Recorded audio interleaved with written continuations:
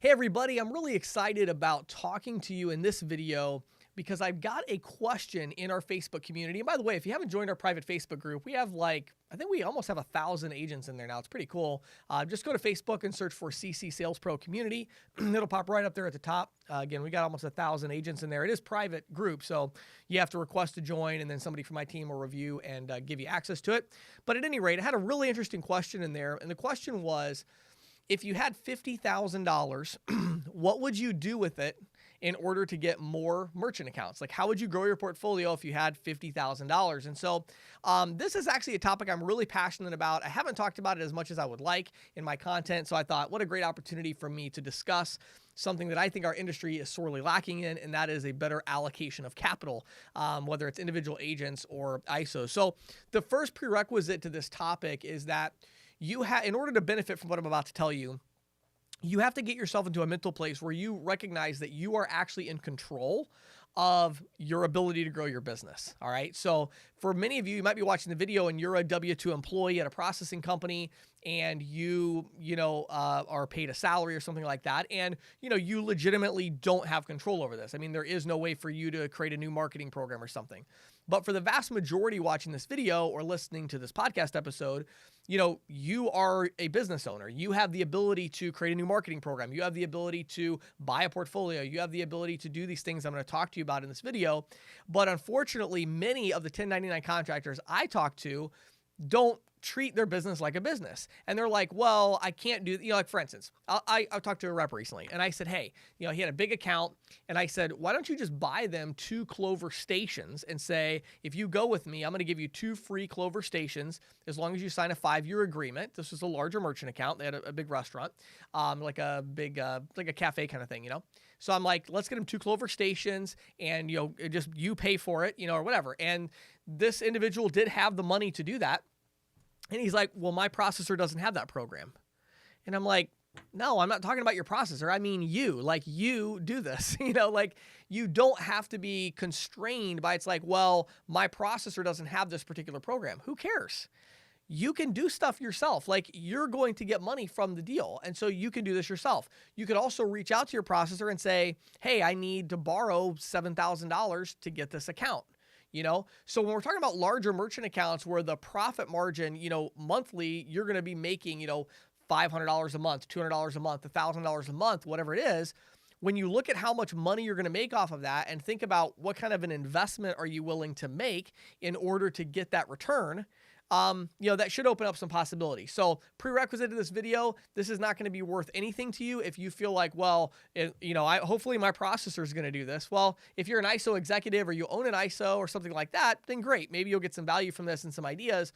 But I'm hoping that a lot of the 1099 agents out there are going to start to take more ownership and start to understand that you have control and you can do things. You can hire a graphic designer on Upwork.com. You can get a video editor person. You can create social media posts. Like, you can do your own stuff. Okay. So anyway, how would I use $50,000?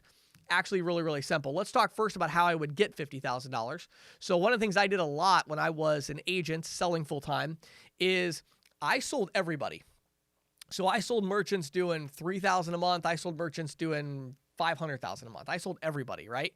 And what I realized is merchants that do less than $7,000 a month, even less than $10,000 a month in volume, they are much more likely to cancel in the near term than merchants who do, $500,000 a month. All right. And the reason is because a lot of times they go out of business. So what I would do is I would sell those accounts. So for instance, I might build up, say I'd have $2,000 worth of residual. So I might have $10,000 in residual, but $2,000 of my monthly residual was in, small micro merchant accounts that were doing $2,000, $3,000, $4,000, $5,000, $6,000 a month in volume. I would actually go ahead and sell those accounts. I would do a buyout and I would sell those accounts. I get a lot of people that are like, I would never sell my residuals. That's stupid. Well, actually, no. Even if you believe that residuals are like sacred and you never want to sell residuals because you want to build them, it's still a good idea to sell residuals sometimes, because what you do is you flip those accounts. So I've got $2,000 a month. I sell those accounts. Let's say I get $40,000 roughly, right? Maybe 30, 40,000, something like that, depending on a lot of variables. So I've got 2,000 in residual. I still have another 8,000 left over with bigger accounts, but I'm going to sell my small accounts. So that's going to generate that 30, 40,000. Maybe I have a little more and I get 50,000. So that's how I would get that money. then I use that money to turn around and buy more residual and better residual, okay? How do I do that? Well, what I have found is large merchant accounts, you can get a large merchant account to sign a 5-year agreement if you invest somewhere between $5,000 to $15,000, okay?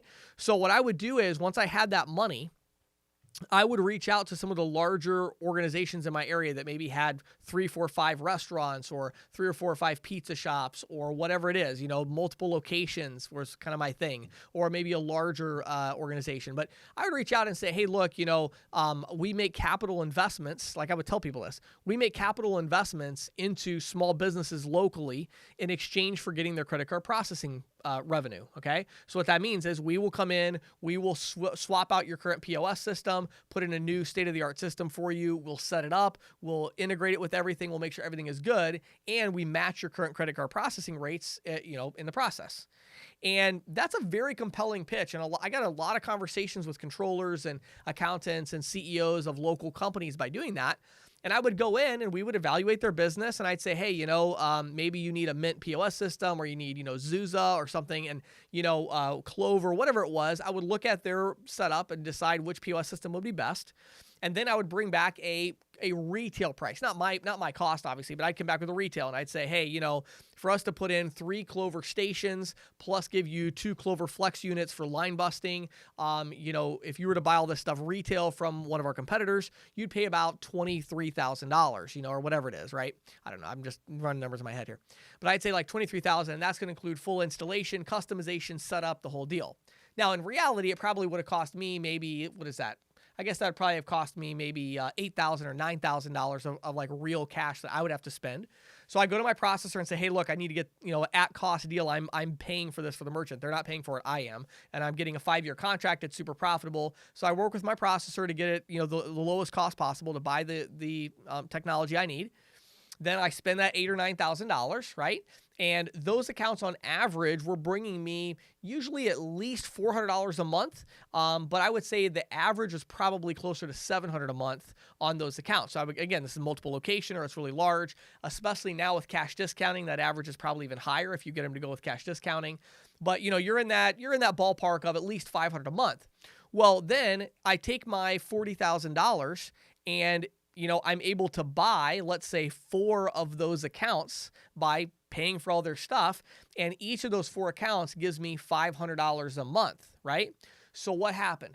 I sold $2,000 in residual with a bunch of tiny merchant accounts that are probably not going to stick around very long.